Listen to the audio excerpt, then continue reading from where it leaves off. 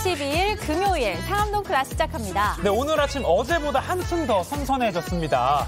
낮에는요, 서울과 대구 26도, 광주 27도 등으로 일교차가 크다고 하니까요, 건강관리 잘 하시길 바랍니다. 네, 한 초등학생이 아파트 엘리베이터에 추석 앞두고 이런 편지를 써서 붙였다고 해요. 함께 보실까요?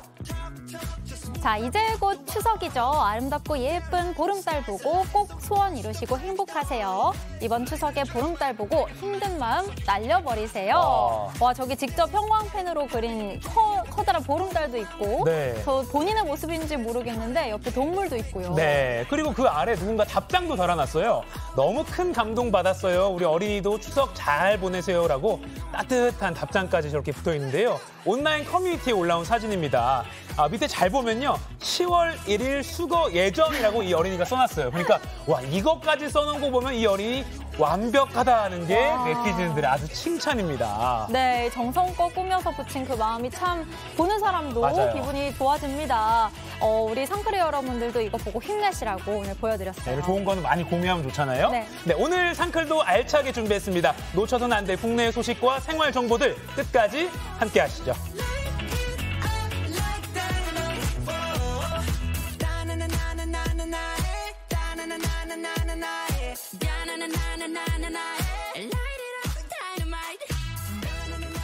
네, 생방송 상암동 클래스 유튜브 JTBC 뉴스 채널이나 네이버 뉴스 페이지에서도 실시간으로 함께 보실 수 있습니다. 도시락 이슈 이재승 기자, 김태행 기자 나왔습니다. 안녕하세요. 네, 안녕하세요. 안녕하세요.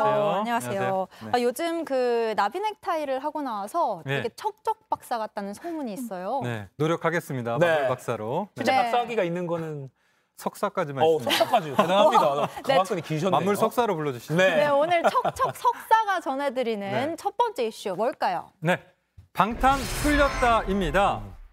더불어민주당 이재명 대표의 두 번째 체포동의안이 어제 오후에 국회 본회의에서 가결이 됐습니다. 그 이후에도 밤새 후폭풍이 계속됐습니다. 네. 체포동의안이 가결된 후에 굳은 표정으로 의원총회를 향하는 민주당 의원들의 모습인데요. 결국 박광원 원내대표를 비롯해서 원내 지도부는 체포동의안 가결 상황에 대한 책임을 지겠다며 사퇴 의사를 밝혔고 이를 의원들이 수용을 했습니다. 자정이 가까운 지난 밤에 원내 대변인 이야기 들어보시죠. 표결 결과가 그 지도부의 논의, 요청, 설득과 다른 방향으로 나왔기 때문에 그 모든 상황에 대한 책임을 지고 박광원 원내대표는 사의를 표명했고 이 시간부로 원내 지도부는 총사퇴합니다. 네, 이재승 기자도 말했지만 이게 한 거의 자정 가까이에요. 어제 밤에 계속 제 스마트폰으로도 속보가 계속 뜨더라고요. 지금 보면 이렇게 의총장을 향하는 민주당 의원들의 모습도 참 어두워 보이는데 어제 심야 의원총회에서 굉장한 격론이 오간 걸로 전해지죠. 네, 그렇습니다. 친 이재명계와 비이재명계 사이 갈등은 물론이고요. 또 지도부와 원내 지도부 간 누적되어 불만이 표출된 그런 상황으로 전해졌습니다. 친명계 의원들은 비명계를 향해 이 대표에게 칼을 꽂았다라고 비판을 했고요. 반면에 한 비명계 의원은 민주당의 변화가 필요한 시점에 변화가 일어난 것이라며 갈등은 불가피할 것으로 봤습니다. 네. 그러니까 민주당 원내 지도부가 경론 끝에 총사퇴하기로 했다는 소식, 이제 이가혁 앵커 말처럼 어제 자정 가까운 시간에 계속 이제 속보로 전해졌는데 이런 상황에서 지금 이재명 대표 입장은 어떤가요? 네, 이재명 대표의 지도적인 입장이라기보다는 민주당 입장에서는 차기 원내대표를 이른 시일에 선출하기로 했다라는 정도가 나왔고요. 다만 함께 사의를 표명한 사무총장을 포함한 정무직 당직자들에 대해서는 사의 여부를 결정하기 전까지 정상적으로 근무하라는 이 대표의 지시가 내려진 것으로 전해졌습니다. 네. 야당 대표의 그 체포동의안 통과는 헌정사상 지금 처음이잖아요. 그렇죠. 어제 표결 직전까지 여야가 굉장히 분주하게 움직였죠. 네, 그렇습니다. 그 양당 의원총회에 이어서 국회 본회의가 시작되자 아주 긴장감이 감돌기 시작했는데요. 한동훈 법무부 장관의 제안 설명이 좀 길게 이어지자 의원석에서는 고성과 항의가 터져나오면서 10여 분간 소란이 지속되기도 했습니다. 김진표 의장은 의원들을 다그치기도 하는 그런 모습도 보였는데 당시 상황 보시죠. 네. 왜 구속해야 되는지 이유만 말하세요.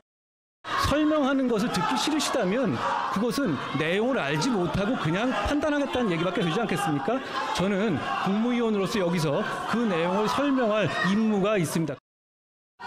법무장관은 좀 요약해서 설명해 주시고 지금 중요한 부분이니까 의원님들은 경청하실 의무가 있습니다. 좀 조용히 들어주십시오. 의장으로부터 발언권을 받지 말고 의석에서 소리 지르는 행위 제발 좀 그만하십시오.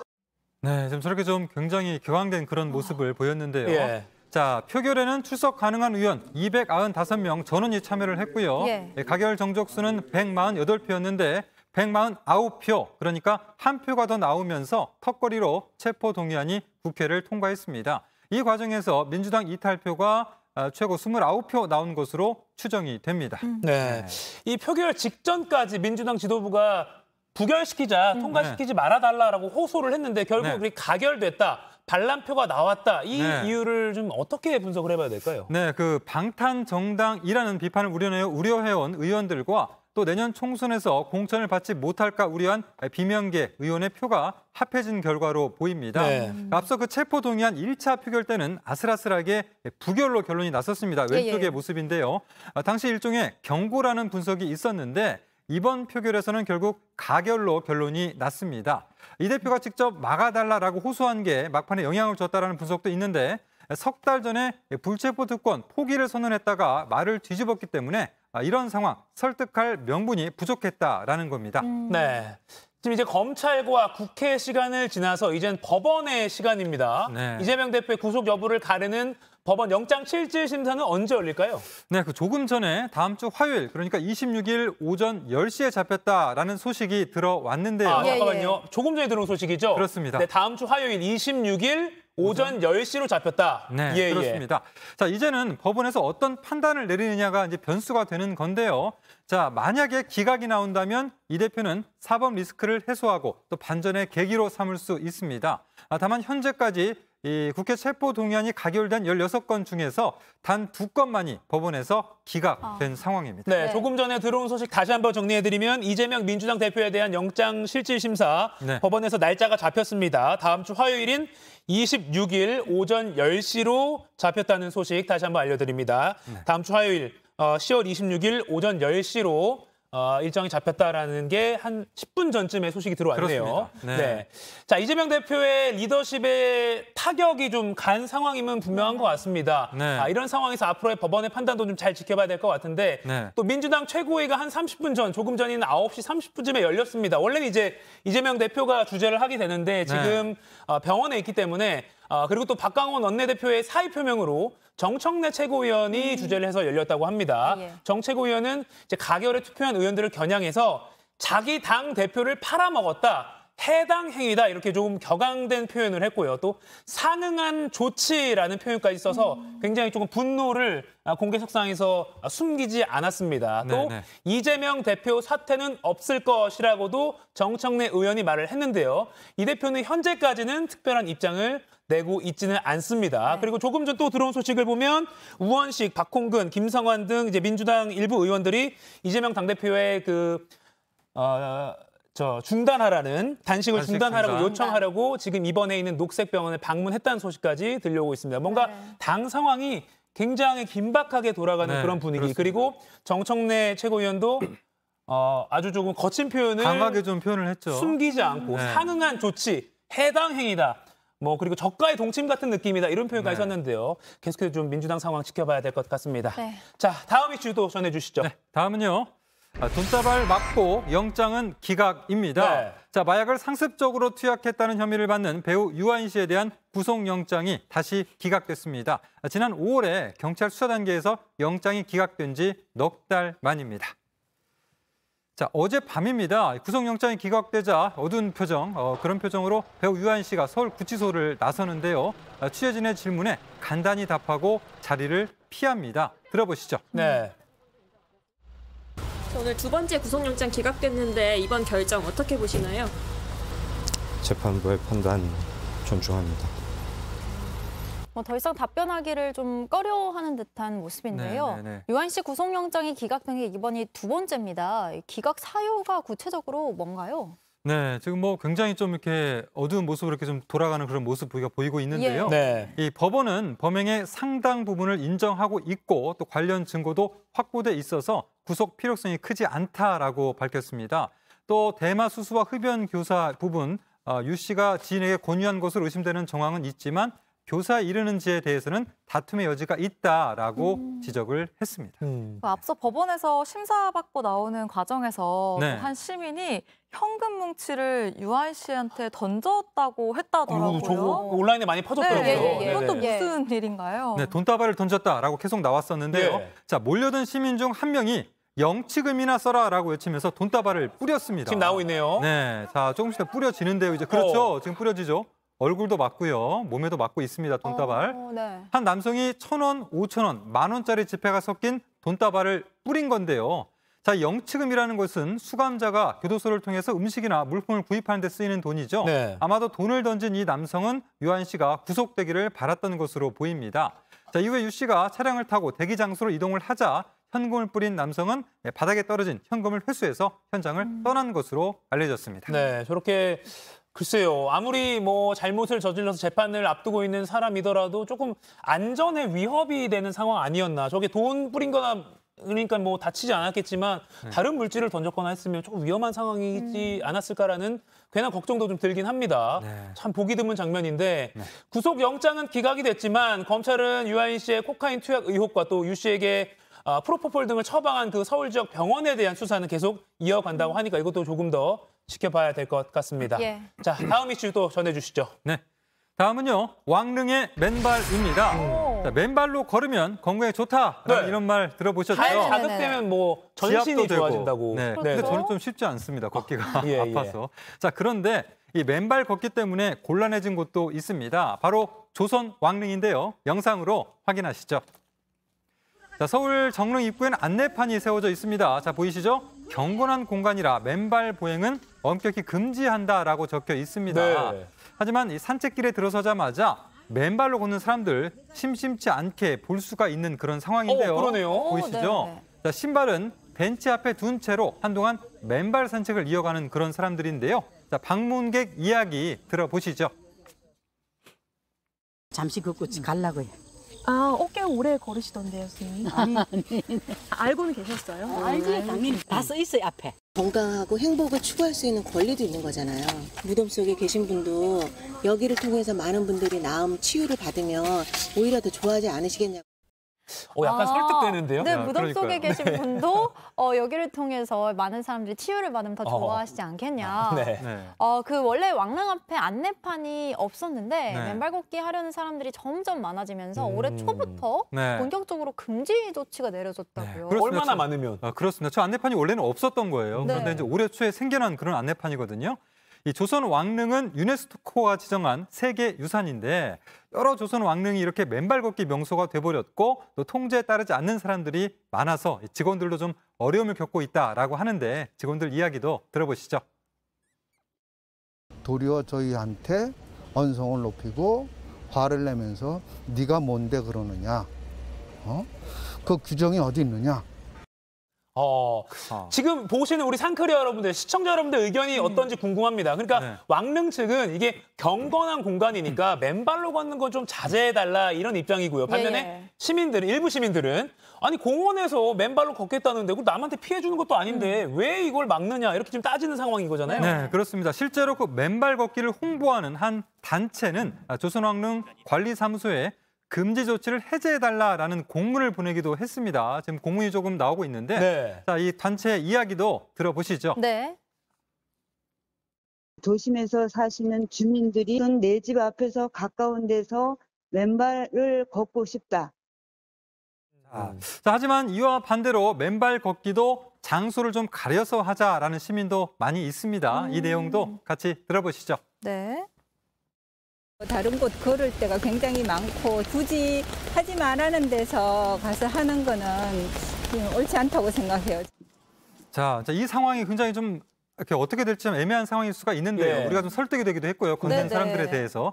자, 그런데 맨발 걷기를 하는 것 자체는 또 그렇다 쳐도 그 이후에 또 문제가 되는 게 있습니다. 네, 맨발 걷기가 끝난 뒤에 그 정릉의 물품 보관함을 보면요. 여기에도 맨발 걷기를 하려고 하는 사람들이 흙 묻은 신발을 사물함에 넣는 그런 경우가 좀 많다고 그래요. 그래서 경고문이 붙어 있는데요. 환경 미화를 담당하는 분의 이야기도 들어보겠습니다. 네. 오늘 아침에만 해도 선릉에서 맨발로 화장실에서 발을 씻고 현저들아요. 거기에다가 발을 올려놓고 발을 또 말렸어요. 세면대가 막히고 이런 일이 빈번하게 일어나요. 해변이라든지 흙을 밟을 때 그 느낌이 좀 약간 자극되면서 좀 몸이 맑아지는 느낌 이런 것도 있고 실제로 맨발로 걷는 산책로도 뭐 지자체가 만든 동네 공원이나 이런 데 있는 데도 있어요. 근데 이제 저기는 왕의 능이라는 것 때문에 조금 더 이런 갈등이 생기는 것 같습니다. 뭐 때와 장소를 가렸으면 좋겠다 이런 의견도 있는 것 같고요. 누구나 걷고 싶은데 걸어야 되는 거 아니냐 이런 의견도 있고요. 저희 상크리 여러분들도 아까 그 조상님들도 여기서 사람들이 치유받으면 더 좋아하시지 않겠냐. 우리 후대들이 여기 맨발로 걸어서 건강해지면 나는 만족한다. 뭐 이건가요? 그 말에 설득된다는 오징어 삼겹살님도 계시고 그리고 후왕님은 만약에 벌금을 뜯는다고 하면 규칙을 잘 지킬 거다. 이거 벌금도 너무 강한 거 아니에요? 역효과가 날 수도 있고요. 아니면 약간 왕릉이지만 좀 그런 좀 폐가 안 되는 길을 오히려 몇 시간부터 몇 시까지는 우리 페스티벌처럼 오히려 이걸 좀 양성화하는 것도 괜찮을 것 같아요. 실제로 우리 그 둘레길 같은 데 보면은 그런 밟기 좀 편한 그런 길을 만들어 놨잖아요. 그것처럼 뭐 왕릉도 가장자리 같은 데를 삥 둘러서 일정 공간을 만들어 놓는 것도 한 방법이 되겠네요. 걷기 대회. 근데 화장실 가서 세면대 발 올려놓고 씻고 그걸 드라이기로 말려. 요건 좀 이거는 안 될 것 같아요. 이거는 막 하수구 막히고 하니까 그냥 수건 가서 잘 갖고 오셨다가 닦고 신발 신고 귀가하시면 될 것 같습니다. 자, 잘 들었습니다. 이어서 지금 이 시각 모바일에서 가장 화제가 되고 있는 소식 정리해드리겠습니다. 김태인 기자 전해주세요. 네, 누리꾼들의 이목을 끈 그 소식 상크리 뽑은 광크리 뉴스입니다. 오늘 첫 번째 소식은요. 민폐 주차, 욕설의 폭행까지입니다. 교통사고 전문 유튜브 채널에 올라온 사진입니다. 한 공영주차장에 차 2대가 밀착해서 나란히 주차가 돼 있습니다. 왜 이렇게 붙어있나? 상황은 이런 거였습니다. 검은색 외제차가 주차칸 2칸을 차지하면서 비매너 주차를 했기 때문이었습니다. 그래서 바로 옆에 저 흰색 경차가 차를 딱 붙여서 주차를 했고 바퀴까지 이렇게 꺾어놨네요. 네, 못 나가게 바퀴까지 꺾어놨는데요. 이 외제차 운전자를 참교육해주고 싶었던 것 같습니다. 참교육. 네, 그런데 이 상황을 알게 된 외제차 운전자, 경차 운전자에게 전화해서 만나자고 했답니다. 그리고 두 사람은 인근 지구대 앞에서 만났는데요. 지구대 인근 CCTV 영상인데 외제차 운전자가 만나자마자 경차 운전자 막 때리고 뒷덜미를 잡습니다. 욕설도 퍼붓고 폭행을 하기 시작하는데요. 그러고는 지구대 안으로 끌고 들어갑니다. 뭐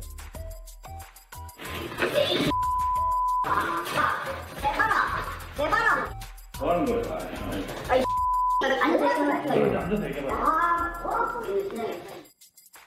네, 결국 외제차 운전자는 단순 폭행 혐의로 입건됐는데요. 그런데 여기서 끝이 아니라 외제차 운전자가 피해자에게 기껏해야 벌금 50만 원에서 100만 원 나올 거다라면서 합의 안 해줘도 되니까 명예훼손이랑 업무방해 혐의로 고소하겠다라고 했답니다. 그런데 전문가들에 따르면 민폐 주차도 문제지만 또 이렇게 보복 주차하는 것도 위법 소지가 있다고 하는데요. 보복 주차가 재물 손괴에 해당된다고 본 대법원 판례도 있더라고요. 누리꾼들은 가해자가 한 행동에 큰 책임이 따랐으면 좋겠다. 참교육 의도는 좋지만 책 잡힐 건수 제공은 아쉽다라는 반응을 보였습니다. 두 번째 소식 살펴보겠습니다. 두 번째 소식은요. 돼지 껍질 먹방 올렸다 감옥행입니다. 한 여성이 손으로 음식을 집어먹는데요. 표정이 좋지 않습니다. 인상을 잔뜩 찌푸리는데요. 한 손에 들려있는 건 돼지 껍질, 흔히 돼지 껍데기라고 부르긴 하죠. 이걸로 만든 돼지고기 음식이었습니다. 이 여성은 인도네시아의 인플루언서로 지난 3월 발리 섬에 놀러 갔다가 돼지고기 요리를 처음 먹어봤다고 하는데요. 그리고 이를 먹방 영상으로 만들어 올렸습니다. 그런데 신성 모독을 했다며 문제가 된 겁니다.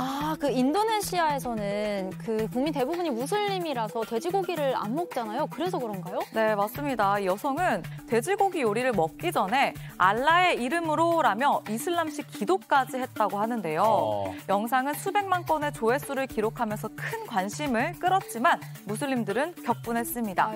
이 여성 결국 재판에 넘겨졌습니다. 그러니까 먹방 영상 때문에 그 재판에 넘겨줬다라는 건데 선고까지 나온 건가요? 네, 이 여성 신성모독 혐의로 징역 2년 그리고 벌금 2,200만 원을 선고받았습니다. 돼지고기를 먹는 것이 불법까지는 아니지만 현지 재판부는 굳이 이슬람식 기도문을 읽고 또 먹방을 만든 건 종교를 비하하는 행동이다라고 판단을 한 겁니다. 한국 누리꾼들의 반응은 엇갈렸습니다. 현지 여론을 존중하는 의견도 있었고요. 또 호기심에 먹어본 것 같은데 처벌이 가혹하다라는 반응도 있었습니다. 네, 마지막 소식은요. 방치됐던 갈색개 5만 원에 넘겼다입니다. 최근 전해드린 소식인데요. 부천의 한 오피스텔 베란다에서 검정개 2마리가 갈색개 1마리를 공격해서 논란이었습니다. 네네네. 당시 개들을 방치했다는 인근 주민들의 목격담이 전해지면서 누리꾼들의 공분을 샀는데요. 당시 동물학 신고를 받은 경찰이 현장에 갔지만 문제없다라는 견주의 말에 현장을 떠났던 것으로 전해지기도 했습니다. 이후 누리꾼들은 이 갈색개 셰퍼드라고 하더라고요. 이 셰퍼드가 잘 살고 있는지 걱정했는데요. 그런데 최근 한 반려동물 분양 사이트를 통해서 5만 원에 팔렸다는 소식이 전해졌습니다. 분양 당시 올라온 글을 보면 다른 개들과 합사가 되지 않아서 보낸다. 다른 애들이 사료도 못 먹게 했다. 너무 괴롭힌다라고 적혀 있었습니다. 그런데 한 유튜버가 이 셰퍼드의 현 상황을 추적했더라고요. 다행히 새 주인을 찾았다고 합니다. 지금 사진 나가고 있는데요. 사진으로 봤을 때 대체로 건강 상태가 양호해 보였고 누리꾼들도 안도했습니다. 누리꾼들은 갈색개 생사가 걱정됐는데 정말 다행이네요. 이전 견주 제대로 경찰 조사 받아야 한다 등의 반응을 보였습니다. 오늘 준비한 소식은 여기까지입니다. 강크리 뉴스는 여러분의 사연과 소식을 또 기다리고 있습니다. 지금 제 옆으로 이렇게 전화번호, 카톡 제보창 그리고 메일 주소까지 나가고 있으니까요. 언제든지 편하게 연락주세요. 지금까지 상크리 뽑은 강크리 뉴스였습니다.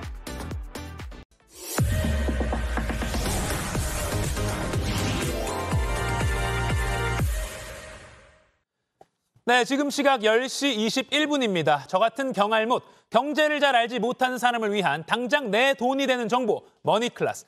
오늘은 이주찬 기자가 직접 현장을 발로 뛰어 취재한 장바구니 정보, 알뜰 소비 정보를 전하는 발품 경제 시간입니다. 안녕하세요. 네, 안녕하세요. 자, 금요일 머니클래스의 남자 머클남. 이번 주는 어떤 현장을 또 발로 뛰었을지 궁금합니다. 네, 이번 주는 아주 귀여운 녀석들을 만나러 다니느라 발품을 팔았습니다. 저처럼 귀여운 녀석들. 예, 죄송합니다. 너무 크게 웃으시네요. 예. 네. 그 명절 하면 보통 이제 뭐 가족들끼리 뭐 고향을 가거나 역기경에서 뭐 가족 부모님이 오히려 자녀분을 이제 찾는 경우도 있고요. 또 뭐 국내외 가족 뭐 여행 가는 경우도 맞습니다. 있고, 뭐 송편 빚는 분들도 있고. 추석 명절을 앞두고 추석하면 가장 먼저 가족이 떠오르게 되죠. 예. 그래서 가족이란 무엇인가 이런 생각을 한번 해보게 됐어요. 가족의 의미. 가족의 의미. 네. 예, 우리가 이제 가족 친지들을 만나게 되는데 벌써 우리 사회가 반려동물과 함께하는 인구가 1,300명이 넘었다고 합니다. 네. 이미 반려견이나 반려묘, 단순히 애완용이라기보다는 가족의 일원으로 생각하고 그 이상으로 아끼며 돌보는 분들이 많으실 텐데요. 그래서 지금 화면으로도 나오고 있는데 제가 얼마나 그렇게 아끼고 돌보시는지 그런 분들을 만나봤습니다. 네, 벌써 기대가 됩니다. 바로 영상으로 만나보죠.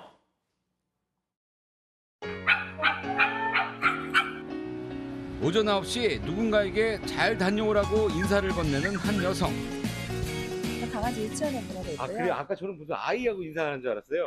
제가 낮에는 업무를 해야 돼서 유치원에서 이제 친구들도 만나고 교육도 받을 수 있게. 제가 그러면 같이 가서 네. 어떻게 살고 있는지 같이 한번 오늘 보겠습니다. 네, 알겠습니다. 네네. 잘 부탁드릴게요. 네, 다녀오겠습니다. 케이지를 꼼꼼히 잠그고 안전벨트도 챙긴 뒤 강아지 유치원 통학 차량이 출발합니다. 친구들을 보자 반갑게 인사를 나누는 녀석들. 멀리 바다 건너온 강아지도 주인과 함께 등원합니다. 제가 거주를 제주도에 하고 있는데요. 제주도에서 오신 거예요? 네네. 근데 한 번씩 올 때마다 아이가 좀 분리불안도 있고 집에 또 혼자 두는 게 조금 불안해서 이용을 하는데 1년 넘게 이용하는데 훈련하고 활동을 매일매일 다른 활동을 해주시기 때문에 유치원의 하루는 그날 아이들의 기분 상태나 성격, 덩치별로 반을 나누는 것에서부터 시작합니다. 저희가 성향으로 분리를 하기 때문에 1번 운동장에서 보신 거랑 다르게 활발한 애들. 콩, 팝콘. 그래. 알았어. 저쪽에는 그럼 어떤 느낌? 저쪽 친구들은 덩치가 조금 더 있고 좀 큰 애들? 큰 애들이 좀 있고. 왜냐면은 덩치 있는 친구들이 착하기는 한데 놀다가 또 애들하고 똑같네요. 알았어. 힘이 다르기 때문에. 집중력을 요구하는 예절 교육은 오전에 이루어집니다. 앉아. 손. 엎드려. 초인종 소리와 자동차 소음 등 여러 가지 소리에 익숙해지고 낯선 사람을 봐도 짖거나 공격하지 않도록 하는 훈련은 필수입니다. 우리 애는 안 짖어요. 우리 애는 안 물어요. 막 이렇게 하는데 그렇지 않다는 거죠. 물지 않는 개는 없죠. 사실. 어릴 때는 아이들이 작고 이쁘니까 이쁘다 해놓고 다 큰 다음에 그런 일이 되면 문제견이다. 그러니까 사전에 아이들을 분양받을 때부터 필요한 교육이라든지 체험을 충분히 해준 이후에 그다음에 이제 사회에서 생활을 해야 되는데 점심 식사 후 낮잠을 자는 동안 선생님들은 강아지들의 건강 상태와 활동 내용을 사진과 함께 꼼꼼히 적어 주인에게 보내느라 또다시 분주한 시간을 보냅니다. 충분히 뛰어놀 수 있는 체육 시간도 있고 맑은 날에는 공원 산책에 나섭니다. 한 달에 한 번 있는 단체 소풍까지 그야말로 개들에겐 낙원이 따로 없습니다. 이렇게 운영되는 강아지 유치원이 서울에만 300여 곳이 넘을 정도로 많아지고 있습니다. 와, 아까 어떤 강아지가 그 이주찬 기자 귀를 계속 먹던데 거기 뭐 사료를 발라놓은 거 아니에요? 모르겠습니다. 예. 처음 가니까 좋아하더라고요. 네. 근데 보니까 아까 뭐 선생님들이 알림장도 쓰고 진짜 네네. 사람 유치원이랑 다를 바가 없는데 비용도 만만치 않을 것 같긴 해요. 한 달에 한 50만 원에서 100만 원 정도 비싼 편이죠. 비싼 편인데 유치원 측에서는 시간당으로 계산하면 한 4천 원 정도 드는 셈이다 이렇게 말을 하더라고요. 반려견 유치원이 한 달에 한 50만 원에서 100만 원 정도. 네네. 그렇군요. 한 달로 치면 사실 적지 않은 비용이긴 한데 뭐 이걸 무조건 돈 많이 들여서 키우자 뭐 이런 얘기를 하자는 게 아니라 그만큼 이제 우리 사회에서 반려동물에 대한 인식이 정말 어떤 가족의 확장이라고 할까요? 정말 그냥 가족 구성원이라고 생각하는 것 같아요. 네네. 그러니까 저도 이번 취재를 어떻게 하게 됐냐면 차를 이제 아내하고 함께 타고 이제 아이들하고 가는데 아내가 갑자기 깔깔 웃는 거예요. 그래서 스마트폰으로 검색을 하다가 어린이집 후기인 줄 알고 열심히 읽었는데 알고 보니까 강아지 유치원이라는 거예요. 강아지 유치원에서 보낸 후기를 읽고 있었다는 거죠. 마치 우리 아이 그 유치원이나 그 어린이집에서 보내는 후기보다 알림장 이런 거보다 되게 꼼꼼하게 보내서 유심히 봤는데 굉장히 그 재밌게 봐서 이거 진짜 우리 가족이랑 마찬가지구나. 뭐 이런 계기로 이제 시작을 하게 됐는데 이렇다 보니까 관련 시장 규모도 속도와 뭐 규모 면에서 굉장히 빠른 속도로 좀 증가하고 있어요. 그래서 이거를 펫코노미라는 용어가 이제 익숙하신 분들도 많은데 펫코노미. 반려동물의 펫과 경제 이코노미를 합친 펫코노미. 이 시장이 굉장히 커지고 있다는데 이것도 한번 어떤 상황인지 보겠습니다. 경제 코너니까요. 펫코노미도 한번 그 현황도 한번 지켜보죠. 이어가겠습니다. 우리 산업 구조에 있어서 반려동물 관련 비중은 꾸준히 커지고 있습니다. 정부는 관련 시장이 2027년에 지금의 2배 수준인 15조 원으로 확대될 것으로 보고 펫푸드 음식 수출은 지금의 3배 수준인 5억 달러를 기록할 것으로 기대하고 있습니다. 외국인 관광객의 필수 코스가 된 다이소는 반려동물 코너의 비중과 매출이 꾸준히 늘고 있고 이마트는 반려동물 전용 매장을 2010년 처음 소개한 이후 현재 100여 개 점으로 확대했습니다. 추석 선물로 반려용품을 선택하는 소비자도 많아졌습니다. 분홍색을 고르고 싶은데 너무 큰 것 같은데요. 네네. 그 어느 개 선물해 주시려고요? 딸내 강아지요. 추석 선물로? 네, 추석 선물로 하나 사줘야죠. 그래야 좋아라 그러죠, 강아지도. 강아지도 식구더라고요, 식구. 네, 그렇죠. 그래서 먹는 거 사주니까 나만 따라가지고. 실제 추석 전 같은 기간 다이소의 반려동물 관련 용품 매출은 지난해와 비교해 25% 정도 늘었습니다. 한 상조회사는 반려동물 전용 장례 상품을 출시했습니다. 전용 차량과 최고급 수위, 유골함 등을 제공하며 장례 지도사가 직접 장례를 치러준다고 소개하고 있습니다. 제약회사들은 반려동물 전용 유산균이나 영양제를 잇따라 내놓고 있습니다. 강아지 우리 딸이라 표현하죠. 그래서 뭐 사료주면 살 겸 겸사겸사 해서 나왔습니다. 애들은 다 출가했고요. 이제 우리 집사람하고 저하고. 그래서 따님처럼 지금. 네, 따라. 우리 집사람 집에서 딸거립니다. 서울에서 반려견 2마리와 함께 생활하고 있는 자매. 대학에 이어 바쁜 직장 생활을 하면서도 반려견을 챙기는 일은 이제 일상을 넘어 기쁨으로 여기게 됐다고 말합니다.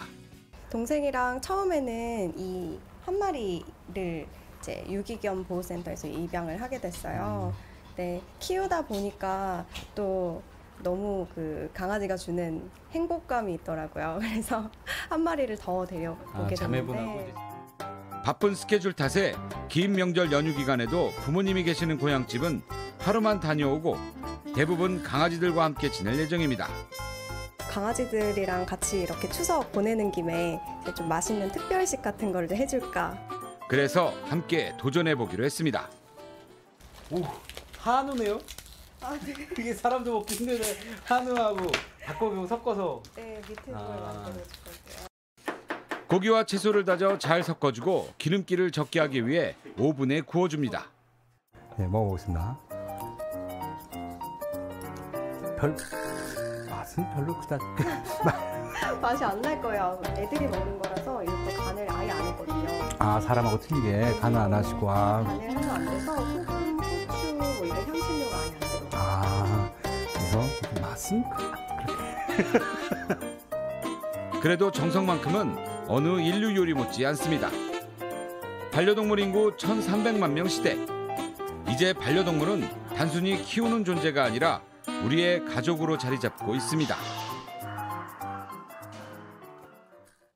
오늘은 먹방이 어디서 나올까 해서 혹시 사료를 먹는 건 아닌가 했는데 그래도 사람도 똑같이 먹을 수 있는 네. 한우, 닭고기, 미트볼을 먹었군요. 예, 이번에는 뭐 먹방은 포기해야 되지 않나 싶었는데 또 특별식을 준비하신다고 해가지고. 다만 반려동물한테 줄 때는 간은 좀 약하게 하는 걸로. 간과 지방을 굉장히 적게. 예. 근데 이제 어떻게 보면 좋은 면을 많이 봤는데 사실은 반려 인구가 커진 만큼 그만큼 버려지는 동물들도 사실 많잖아요. 아, 맞습니다. 예. 하루 평균 한 260여 마리 아직도. 그래서 하루 연간 평균? 연간 예. 9만여 마리 이상이 계속 버려지고 있습니다. 아하.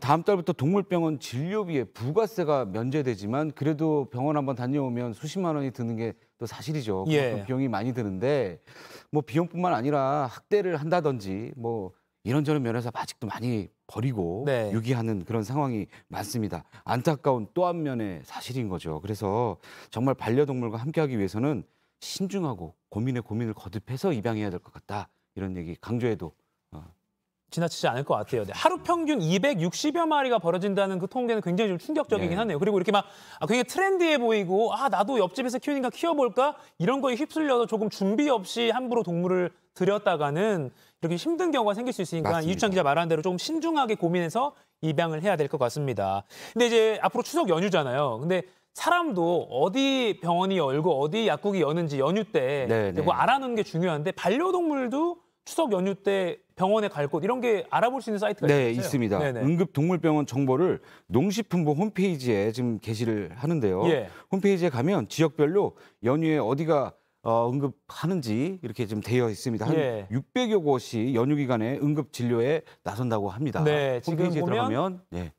농림축산식품부 홈페이지에 국가동물보호정보시스템 접속하시면 이 엿새 동안의 긴 추석 연휴에 문을 여는 네네, 반려동물 응급진료. 병원이 어딘지를 알 수 있다. 그리고 전국에 한 600여 곳이 연휴 기간에 참여하고 응급진료에 있다. 참여한다. 네네. 알겠습니다. 이 홈페이지 주소도 좀 잘 기억해 주시면 좋겠고요. 자, 이어서 이번 주 놓쳐선 안 될 할인 정보 이것도 혹시 반려동물 관련 네, 소식입니까? 그 반려동물 관련을 준비했습니다. 네. 아까 보셨듯이 추석 선물도 반려동물을 위한 선물을 많이 이제 준비하시는데요. 네. 헬스케어 기업 피펫이 추석 명절을 맞이해서 반려동물을 위한 온라인 선물 대전을 진행한다고 합니다.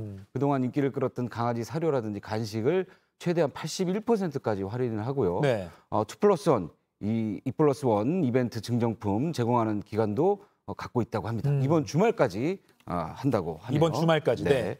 그리고 반려동물 온라인 스토어 온리버디도 배변용품이나 위생용품, 간식 등 제품을 최대 77%까지 할인을 합니다. 예. 할인 기간이 오늘까지니까 사실 분들은 서둘러 주시면 좋겠습니다. 온리버디라는 곳은 오늘까지다. 오늘까지, 예. 네, 이주찬 기자가 직접 검색해서 가장 알찬 정보를 가져온 겁니다. 2개 기억해 주시고요. 오늘도 마무리하기 전에 2분 뽑아서 영화 관람권 2매씩 드리는 퀴즈 준비되어 있습니다. 자, 반려동물 관련 산업을 뜻하는 용어입니다. 반려동물과 경제, 반려동물, 경제유, 영어 단어를 합친 말입니다. 최근 급성장하고 있는 이 산업은 무엇일까요? 1번 이코노미, 2번 홈코노미, 3번 펫코노미. 정답 골라서 지금 상클 생방송이 나가고 있는 JTBC 뉴스 유튜브 실시간 댓글창에 남겨주시면 2분 뽑아서 방송 말미에 발표해드리도록 하겠습니다. 지금까지 머니클래스 이주찬 기자의 발품 경제 함께 들었습니다. 고맙습니다. 네.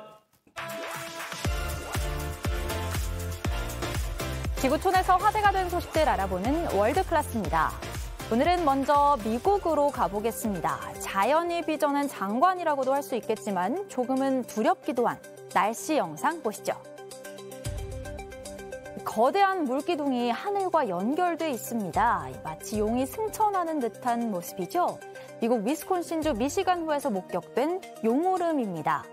구름이 폭발적으로 성장하는 과정에서 생긴 강한 상승 기류가 먹구름 아래 깔때기 모양의 회오리를 일으킨 것이 바로 용오름인데요.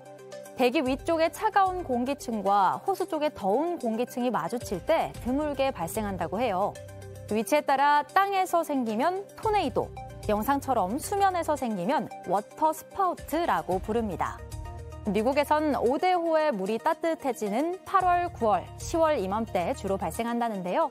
토네이도처럼 내부 속도가 시속 100km에 달하기 때문에 배나 항구 시설을 휩쓸고 지나갈 정도로 위력이 엄청난데 다행히 이번엔 별 피해가 없었다고 합니다. 곰 2마리가 돌바닥에 등을 대고 누워 있습니다. 발다리 쭉 뻗고 관람객들을 슥 보더니 자네 왔는가 한 곰은 인사하듯 손까지 듭니다. 중국의 한 동물원에서 포착된 모습인데요. 아무리 봐도 사람 같아서 가짜 곰 의혹을 사고 있습니다. 지퍼를 내리면 사람이 나올 것 같다며 사람이 곰 의상을 입고 위장한 게 아니냐는 건데요. 사실 이런 의심, 이번이 처음이 아닙니다. 앞서 중국 항저우의 한 동물원에서도 태양곰 한 마리가 가짜곰 의혹을 받았는데요. 가느다란 다리와 옷이 접힌 듯 주름진 몸통 뒷부분이 포착되면서 마치 사람 같다는 인상을 줬습니다. 그때마다 동물원 측은 절대 아니라며 해명을 내놨는데 자꾸 이런 석연치 않은 모습이 발견되다 보니 쉽게 의심을 거둘 수 없는 것 같습니다. 설마 정말로 사람이 곰처럼 열연중인 건 아니겠죠? 동전을 넣고 이용하는 무인 세탁방. 요즘 우리나라에서도 이용하시는 분들 많죠. 그런데 빨래 한번 하려고 갔다가 이곳에서 황당한 광경을 목격했다고 합니다. 세상에 이게 다 무슨 난리래요. 세탁기 한 대가 열심히 돌아가고 있는데 문이 어디 갔나요? 빨랫감이 죄다 튀어나와 있습니다. 이 상태로 빙글빙글 돌아가면서 매장 안은 아수라장이 됐는데요. 이 영상은 얼마 전 싱가포르에서 촬영된 영상입니다. 어떻게 된 상황이냐? 정말 황당하게도 아기용품을 세탁하려던 한 손님 때문에 일어난 일이라고 해요. 아기 유모차를 통째로 세탁기에 집어넣었다고 하는데요. 원단만 분리해서 넣어야 하는데 참 어이가 없습니다. 이 바람에 세탁기 유리문이 박살나면서 사방으로 잔해가 튀었고요. 바닥도 세제 비눗물로 흥건해졌습니다. 세탁기가 너무 무섭게 돌아가니까 누구도 선뜻 전원을 끄겠다고 나서지 못했다는데요. 그래도 다친 사람이 없는 게 다행이라고 해야 할까요? 무인 점포 운영의 고충, 비단 우리나라만의 일은 아닌 것 같습니다. 지금까지 월드클래스였고요. 계속해서 상클 라이프가 이어집니다.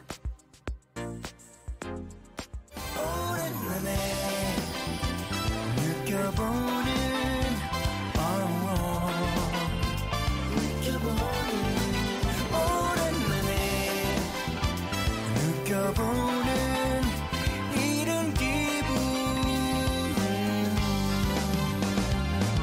내게 들려오는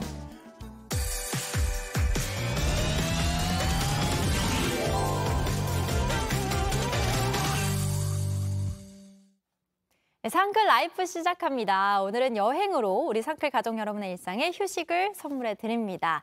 자, 제가 너무너무 좋아하는 시간이에요. 오늘 여행 길잡이가 되어주실 분 영상으로 만나보겠습니다.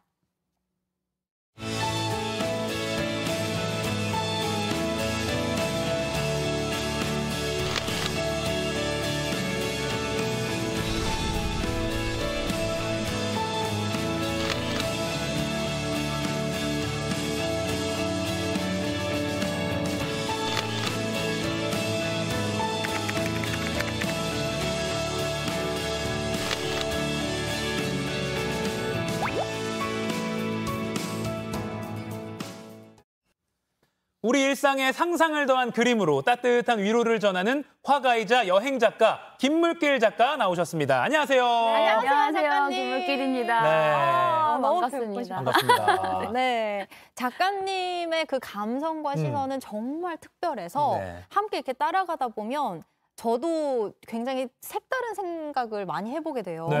그래서 늘 기다려지는 시간인데, 자, 오늘은 어떤 그림 여행이 준비되어 있을까요? 오늘은 전라도 곳곳을 소개해드릴 건데 보통 여행을 하다 보면 일반적으로 막 여행지라는 곳을 많이 찾아가잖아요. 근데 이번에는 여행지도 그렇지만 소소한 주변의 풍경들이 저에게 어떤 영감을 줬고 또 어떤 스토리를 가지고 있는지 그림과 함께 녹여서 설명해 드리려고 합니다. 지금 지도에 4곳이 나왔습니다.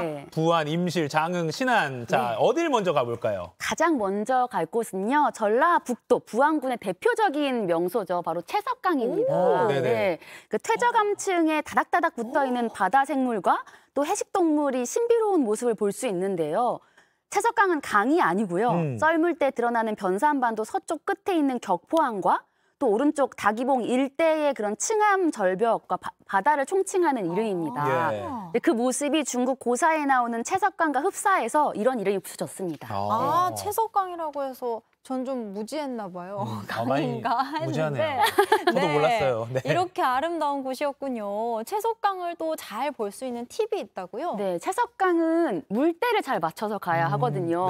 간조 만조로 이제 하루에 2차례 물이 이제 들어왔다가 빠져요. 저도 그 전날 저녁에 가서 간조 시간 확인하고 아침 일찍 채석강을 찾아갔습니다.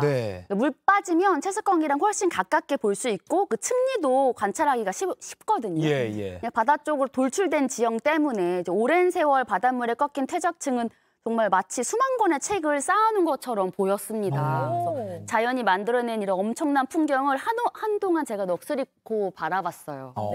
이렇게 한층 한층 오랜 세월이 쌓은 거잖아요. 그런 흔적이 느껴지는데 이런 신비로운 자연의 모습에서도 어떤 영감을, 어떤 그림으로 표현하셨을지 궁금합니다. 네, 제가 이 층리를 보면서 이거야말로 바다와 육지가 함께 만들어낸 거대한 서재 같다라는 생각을 했어요. 책이 쌓여 있는 거죠.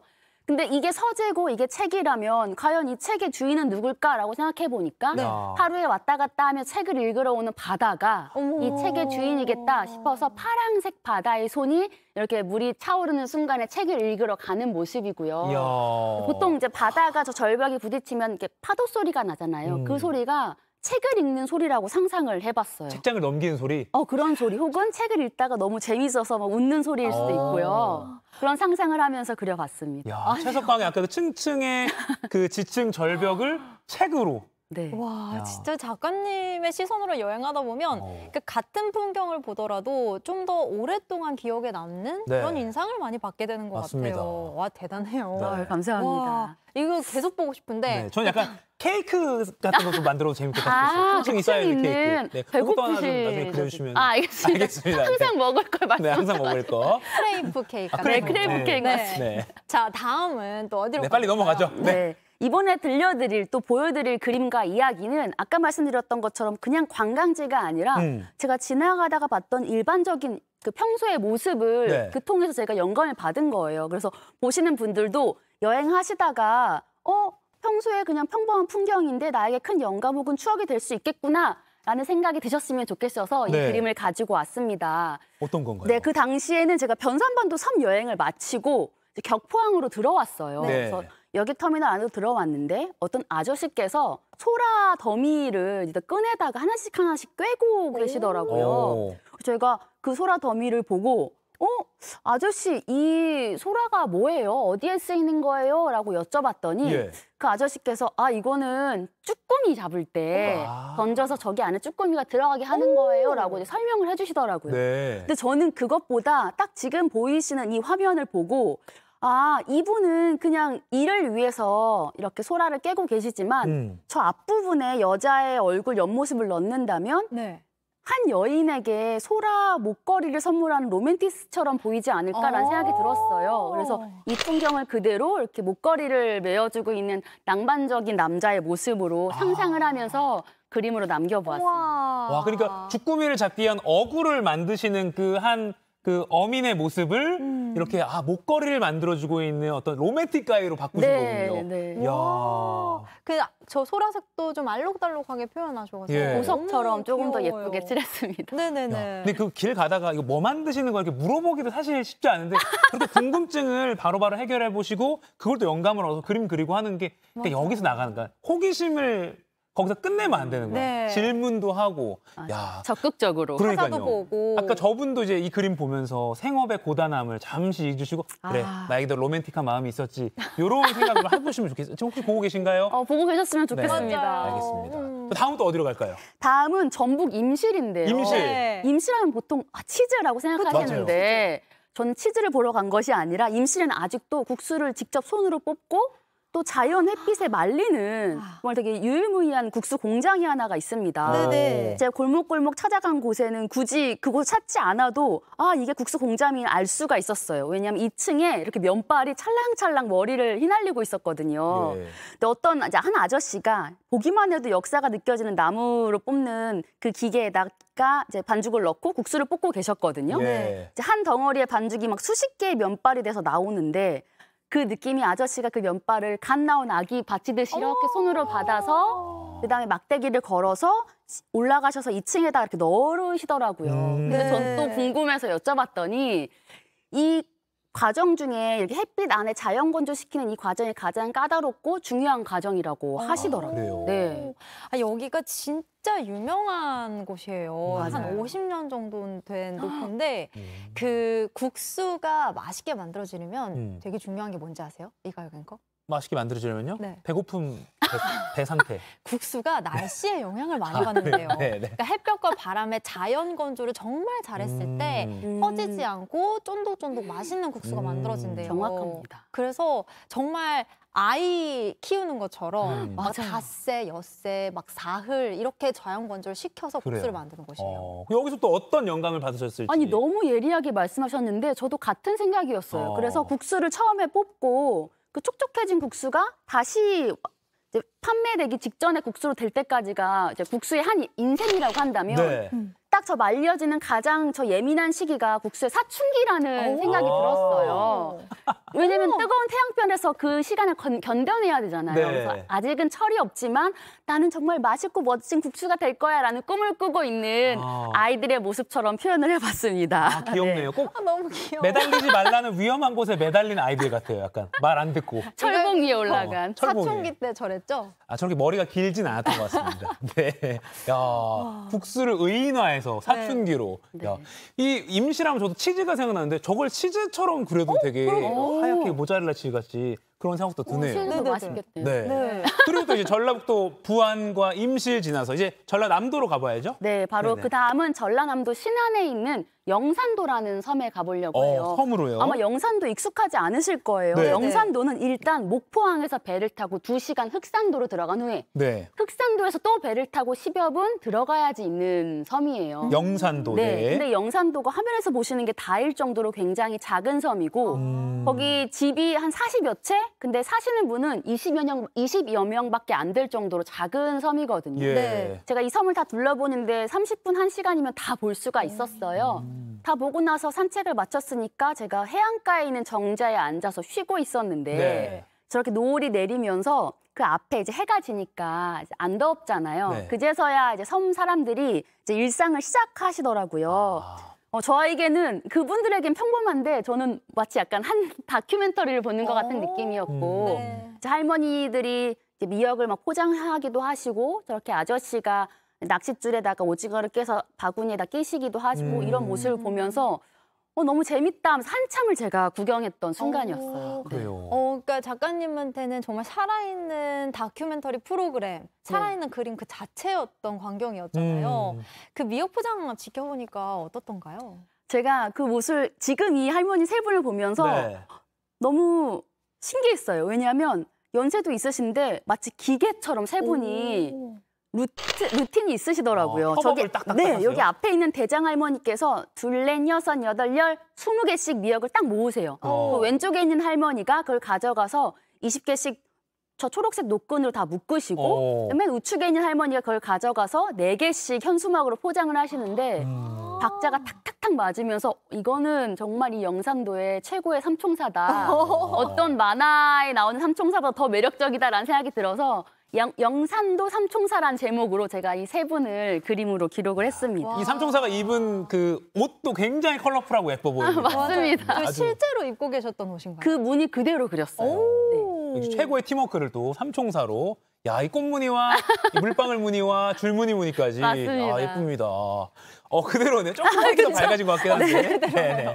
자, 그리고 오늘 마지막으로 소개해 주실 풍경은 어딘가요? 네, 이제 가을이 되면 하늘에서 올라오는 눈꽃을 볼 수 있는 장흥군의 메밀밭 펼쳐지는 선악동 마을입니다. 장흥군 선악동 마을. 네, 선악동 마을. 그곳은 가을이 되면 저렇게 화면에서처럼 팝콘처럼 막 메밀꽃이 피거든요. 제가 저 풍경을 보려고 저곳에 갔는데 저 메밀꽃 사이로 걸어가고 있었거든요. 근데 맞은편에서 어르신 할머니 2분이 내려오시는 거예요. 근데 할머니 2분의 그 패션이 아까 보셨던 것처럼 굉장히 컬러풀하고 멋있었어요. 제가 2분을 너무 그리고 싶었는데 몰래 사진 찍어서 그리면 좀 예의가 아닐 것 같아서 2분에게 가서 혹시 제가 그림 그리면서 여행하고 있는데 그 2분 그려도 될까요? 했더니 저는 포즈를 요청한 적이 없음에도 불구하고 저렇게 멋있게 포즈를 취해주셨어요. 그래서 저걸 보자마자 제가 소름이 돋은 거예요. 왜냐면 뒤에 펼쳐져 있는 메밀밭이 이거야말로 이 지역에 정말 살아 숨쉬는 영웅들이구나. 내가 이곳에 와서 가장 건강한 원더우먼을 만났구나. 되게 영광스러운 순간이었습니다. 와, 저렇게 뒤에 망토 안에 펼쳐진 그 선악동 마을의 아름다운 풍경이 정말 멋있습니다. 와, 그리고 아까 그 포즈를 취하시는 할머님 2분이 굉장히 위풍당당해 보였거든요. 늠름하게 서 계셨죠. 너무 어울려요. 허리를 꼿꼿하게 세우시고 지금 이 장면이 이 아름다운 풍경이 그림으로 바뀌어서 망토 안으로 들어갔습니다. 와, 너무 멋집니다. 정말 멋집니다. 정말 작가님의 상상력의 끝이 어디일까라는 생각을 늘 하게 되는 것 같아요. 그리고 이 어르신들의 이 힘을 원더우먼이라고 표현하셨어요. 네, 와, 진짜 재밌습니다. 오늘 전라남북도의 아름다운 여행지에서 받은 영감, 그림으로 그리신 거 정말 잘 봤습니다. 세계 각국에서 만난 자연 그리고 사람 굉장히 많이 표현을 하고 계시잖아요. 지금 전시회도 하고 계시죠? 네, 마침 제가 이제 경북권 북촌 근처에 있는 MHK 갤러리에서 이제 10월 4일까지 9월 초부터 시작해서 한 달 동안 전시를 하고 있습니다. 그래서 여러분도 이제 화면에서만 보셨던 제 그림들을 실제로 한번 보고 싶으시다면 무료 전시니까 나들이 하듯이 이렇게 한 번씩 들려주시면 너무 좋을 것 같아요. 서울 북촌 MHK 갤러리. 네, 그리고 전시 이름이 온도의 모양이네요. 네, 온도의 모양입니다. 제가 각국에서 느꼈던 그리고 한국에서 느꼈던 그 계절을 제 감성으로 시각화해서 그린 작품들이니까 오셔서 간접적으로 여행하는 느낌을 받으셨으면 좋겠어요. 다음 달 4일까지입니다. 늦기 전에 한번 가보시면 좋겠습니다. 자, 지금까지 상암동 클래스에서도 소개해드린 멋진 작품이 여기 아까 전시에서도 많이 볼 수 있으니까요. 이거 상클에서 본 건데요? 라고 한번 작가님 혹시 계시면 말도 한번 걸어보면 좋겠습니다. 자, 따뜻한 시선과 감성이 담긴 전라북도와 남도의 풍경 잘 보았습니다. 오늘 말씀 고맙습니다. 감사합니다. 네, 오늘 깜짝 퀴즈 정답은요. 3번 펫호놈이었습니다. 네, 오늘 당첨되신 2분 자막으로 나갑니다. 오늘은 지혜님 그리고 순수한 호두님 2분 축하드리고요. 저희 상클 공식 이메일로 선물 받으실 주소 남겨주세요. 네, 저희는 다음 주 월요일 아침 10시에 다시 찾아뵙겠습니다. 주말 잘 보내시고요. 다음 주에도 상클 하실 거죠? 고맙습니다. 고맙습니다.